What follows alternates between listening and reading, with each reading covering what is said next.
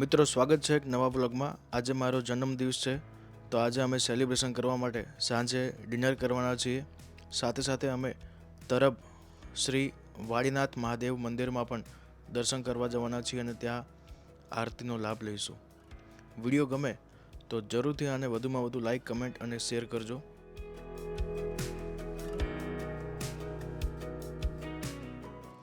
આજે મારા જન્મદિવસ નિમિત્તે ધ્યાની Mahini favourite chocolate Oreo cake લાવ્યા છીએ।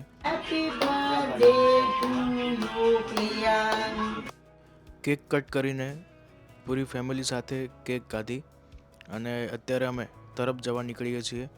ત્યાં શિવધામ મંદિર બનેલું છે, તો ત્યાં દર્શન કરીશું અને આરતીનો લાભ પણ લઈશું। તો મિત્રો તરફ પહોંચી ગયા છીએ। સૌપ્રથમ અંબેમાના દર્શન કરીએ। કમેન્ટમાં જરૂરથી જય અંબે લખજો। સાંજના 7 વાગ્યા છે, આરતી પણ શરૂ થઈ ગઈ છે, તો આરતીનો લાભ પણ લઈએ। આ મંદિર નવું નિર્માણ થયેલું છે અને ખૂબ જ સુંદર મજાની કોતરણી કરવામાં આવેલી છે। સોમનાથની પ્રતિકૃતિ બનાવવાનો પ્રયત્ન કરવામાં આવેલો છે અને અહીંયા સાંજનો આરતીનો ટાઈમ થઈ ગયો છે। ભક્તો બેસી ગયા છે અને ટૂંક સમયમાં આરતી પણ થશે। મિત્રો ઘર બેઠા તમે મહાદેવજીના દર્શન કરી રહ્યા છો। કમેન્ટમાં જરૂરથી હર હર મહાદેવ લખજો। તમારી મનોકામના પૂર્ણ થાય તેવી શુભેચ્છાઓ।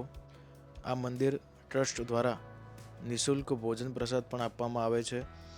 સાથે સાથે અહીંયા ઓનલાઈન અને ઓફલાઈન બંને પ્રકારે દાન સ્વીકારવામાં આવે છે અને ચા પણ અહીંયા ફ્રી ઓફ કોસ્ટ આપવામાં આવે છે।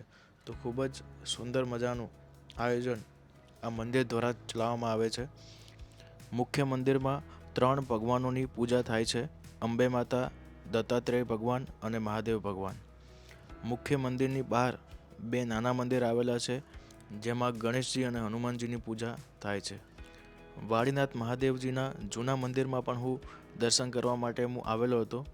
એ વિડીયો તમે જોવા માંગતા હોય તો તેની લિંક હું ડિસ્ક્રિપ્શનમાં આપી રહ્યો છું, એ પણ જરૂરથી જોજો, કારણ કે તે વિડીયોમાં મેં આ મંદિર વિશેનો સંપૂર્ણ ઇતિહાસ બતાવવાનો પ્રયત્ન કર્યો છે।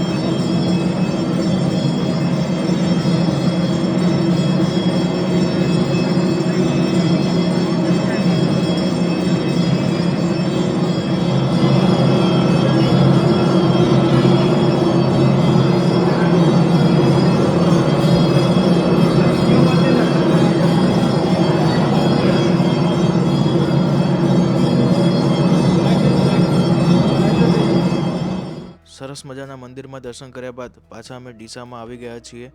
ત્યાં આજે હોટલની અંદર મસાલા પાપડ, સ્પેશિયલ લચ્છી,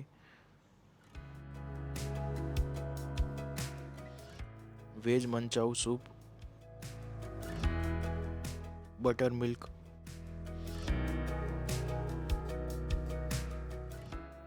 ફ્રાય મોમોઝ, ફ્રેન્ચ ફ્રાઈઝ,